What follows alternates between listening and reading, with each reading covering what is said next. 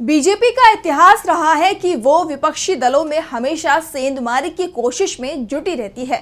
सबसे पहले विपक्ष के ऐसे नेता को टारगेट किया जाता है जिसके पास जनाधार हो, जनता में लोकप्रिय हो, फिर उसकी घेराबंदी शुरू होती है और उसे बीजेपी में शामिल होने के लिए मजबूर कर दिया जाता है। वैसे बीजेपी की ये नीति सिर्फ अपने विरोधी दलों के लिए नहीं, बल्कि वो जरूरत पड़ने पर अपने सहयोगियों को भी नहीं छोड़ती है।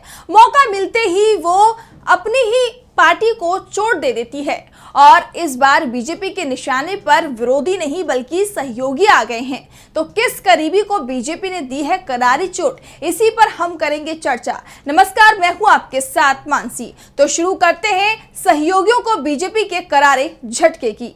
लोकसभा चुनावों के बीच बीजेपी का खेल जारी है। बीजेपी में इन दिनों तमाम दलों के नेता शामिल हो रहे हैं। कई नेता ऐसे भी हैं जिनकी अपने दलों में अब कोई पूछ परख नहीं हो रही है, तो कई नेता ऐसे हैं जो मोदी के नाम के नारे पहले से ही लगाते आ रहे हैं। जी हां, ऐसे नेता जो बीजेपी के सहयोगी पार्टियों में शामिल हैं, वो भी बीजेपी में शामिल हो रहे हैं। यानी बीजेपी अपने सहयोगियों को भी नहीं छोड़ रही है, उन्हें भी कमजोर कर रही है।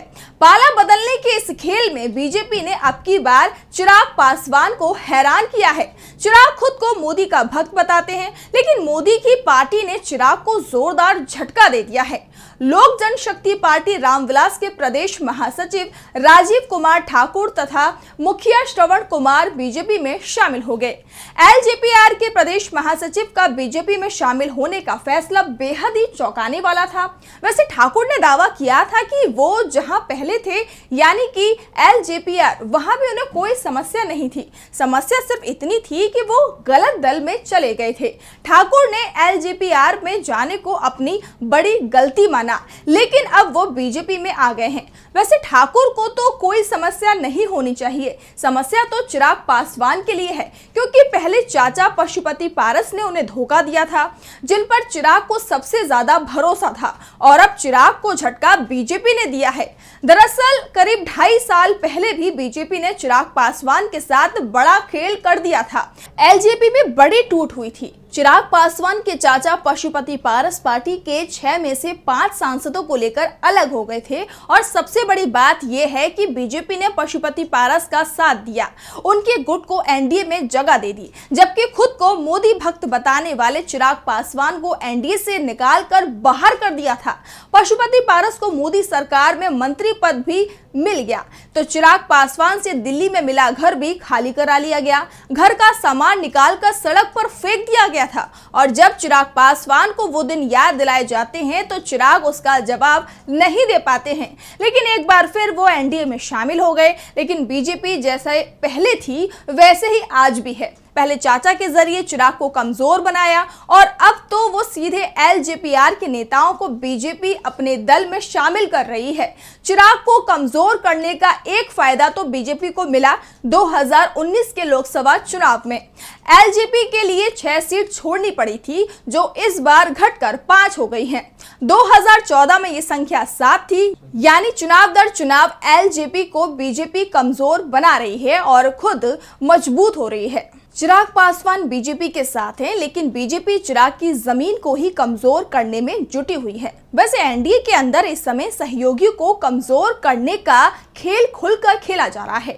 बीजेपी ने सिर्फ चिराग को ही कमजोर करने की रणनीति नहीं अपनाई है, बल्कि पशुपति पारस के साथ ही ऐसा ही खेल खेला गया है। पशुपति पारस 3 साल तक केंद्र में ही मंत्री रहे, लेकिन अचानक ही उन्हें एनडीए छोड़ने के लिए मजबूर कर दिया गया।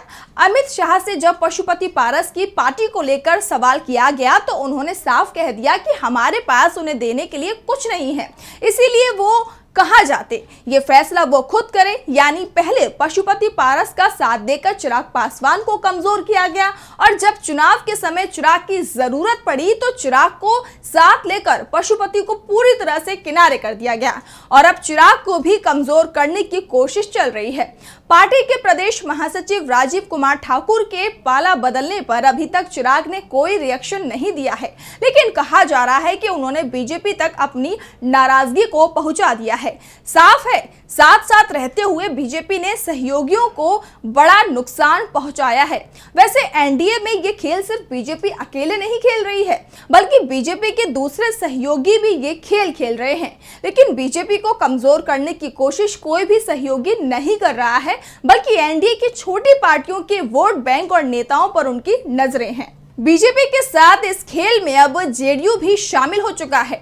बीजेपी ने चिराग की पार्टी के बड़े नेता को अपने पाले में किया तो नीतीश कुमार ने कभी उनके करीबियों में शामिल किए जाने वाले उपेंद्र कुशवाहा को करारा झटका दिया है। बिहार में एनडीए की सीट बंटवारे में उपेंद्र कुशवाहा की पार्टी राष्ट्रीय लोक मोर्चा यानी आरएलपी को एक सीट मिली है। एक सीट मिलने से उपेंद्र कुशवाहा पहले से ही नाराज चल रहे थे। उनकी नाराजगी को दूर करने के लिए एक एमएलसी सीट का आश्वासन भी उन्हें दिया गया। उपेंद्र नाराज तो दिख रहे थे, लेकिन एनडीए छोड़ने का साहस अभी तक नहीं जुटा पाए हैं। लेकिन एनडीए में शामिल जेडीयू जिस तरह से उपेंद्र को कमजोर कर रही है, उससे वो कितने दिनों तक एनडीए में रह पाएंगे, इस पर जरूर सवाल खड़े हो रहे हैं।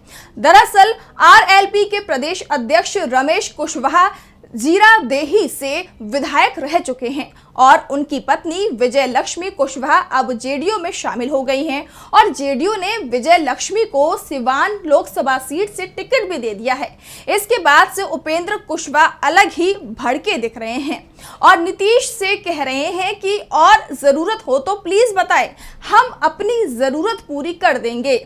आपको बता दें कि अगर जेडीयू के पास अभी भी उम्मीदवार कमजोर हो या वो किसी कमजोर उम्मीदवार को हटाना चाहता हो तो बता दें, उपेंद्र कुशवाहा अपनी पार्टी के मजबूत नेता को जेडीयू में भेज देगा और वो जेडीयू को सीट भी जिताकर भेज देगा।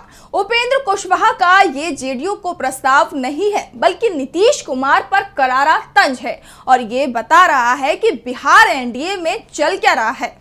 एक सहयोगी दल दूसरे को कमजोर बना रहा है, आपस में ही लड़ाई चल रही है। बिहार में जिस तरह से बीजेपी अपने सहयोगियों को कमजोर कर रही है, उससे एक बात तो साफ है कि करीब 2.5 साल पहले बिहार में एक रैली में बीजेपी अध्यक्ष जेपी नड्डा ने मंच से जो ऐलान किया था, बीजेपी उसे सच बनाने की कोशिश कर रही है। नड्डा ने कहा था कि भविष्य में भारतीय जनता पार्टी बची रहेगी, जबकि जितने भी क्षेत्रीय दल हैं वो सभी समाप्त हो जाएंगे। यानी बिहार में बीजेपी के साथ जितने क्षेत्रीय दलों का गठबंधन है वो सभी समाप्त हो जाएंगे। जेपी नड्डा ने जो ऐलान किया था वो सच होता हुआ अब दिखाई दे रहा है, क्योंकि 2.5 साल में एलजेपी और जेडीयू दोनों ही कमजोर हो गए हैं और दावा किया जा रहा है कि आगे ये और भी ज्यादा कमजोर हो सकते हैं। अगर बीजेपी के साथ रहेंगे तो और भी कमजोर हो सकते हैं। तो आज की हमारी इस स्पेशल रिपोर्ट में इतना ही। कल फिर मुलाकात होगी एक नई स्पेशल रिपोर्ट के साथ। तब तक के लिए आप देखते रहिए डीबी लाइव। नमस्कार।